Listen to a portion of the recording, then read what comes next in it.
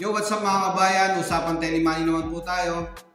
Ayan po, sa mga hindi pa po alam kung paano mag-add ng beneficiary at mag-transfer online sa Telemoney, ayan po yung tuturo ko po sa inyo. Step by step procedure kung paano mag-transfer at mag-add ng beneficiary sa Telemoney. Okay, simulan na po natin.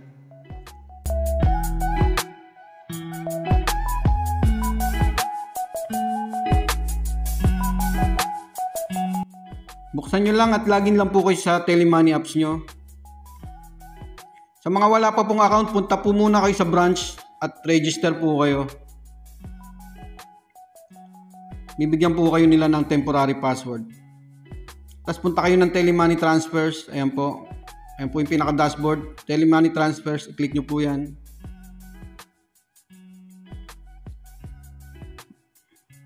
Ayan, pag nandyan na po kayo, slide nyo yan. Click nyo yung add beneficiary. Select country, syempre Philippines po.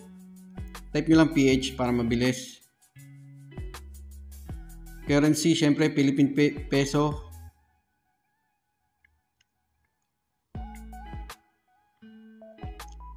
Type of service, yung kung ano po yan, kung bangko po ba or mobile wallet or pag bank account transfer po yon. Tapos click nyo yung bank name. Hanapin nyo na lang po yung bangko nyo po dyan. Alphabetical naman po yan. Bali yung i-add ko is OF Bank versus Filipino Bank. Under po siya ng Land Bank. Scroll nyo lang yan.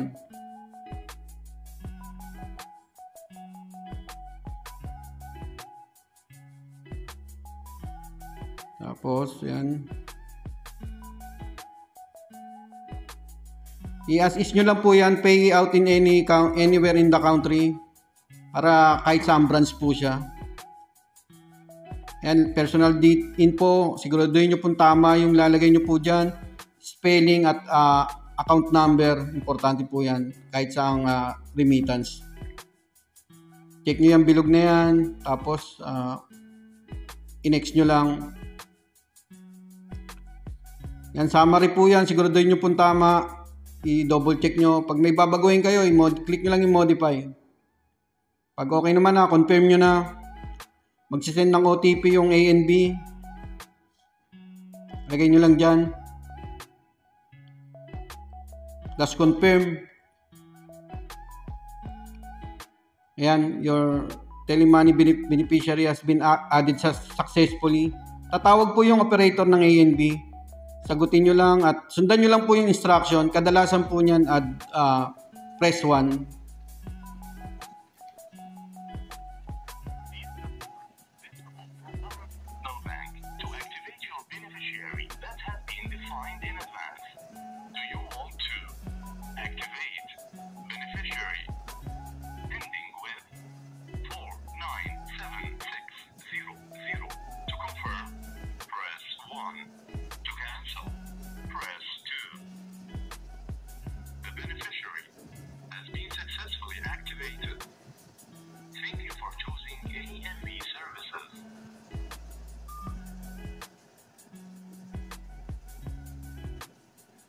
Yan, makikita nyo po dyan, hindi pa po siya naka-red yung in-add yung beneficiary.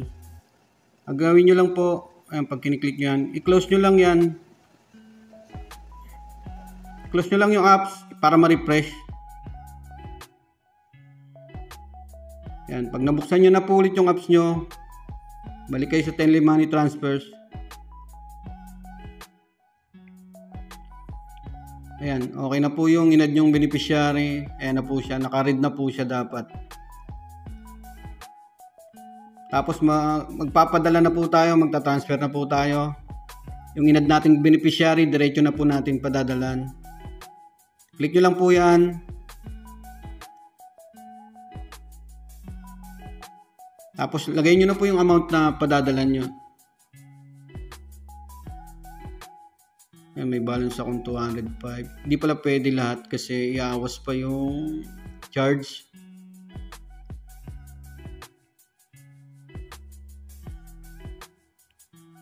Pag okay na, click nyo lang yung submit. May nakalaan na rin ano yan, Philippine peso. Ayan po yung summary details ng transfer nyo. Check nyo lang yung bilog na yan. Tapos confirm. Tapos magsisend po ulit ng OTP ang ANB. Confirm nyo lang po ulit. Ayan, yung transfer natin is completed successfully na po yan. Lagi po kayo may marireceive na message galing ANB. Para for security po yun. Pwede nyo pong i-check yung transfer nyo dyan sa transfer history. And makikita nyo po dyan. Nakalagay po dyan approve. At pagka okay na is nakalagay na po dyan. Kadalasan po dito po sa Telemoney naabot po ng 24 hours. Yun po yung na-experience ko. Ay, close nyo lang yan. Ayun mga kabayan, maraming salamat po. Ganun lang po kung paano mag-transfer online sa Telemoney, pag-add ng beneficiary at mag-transfer. Sana nakatulong po itong video na ito. Sa mga hindi pa po nakasubscribe at nakapollow, follow nyo lang po ako sa aking YouTube channel, OFW Nonoy, at Facebook page, OFW Nonoy. Maraming salamat.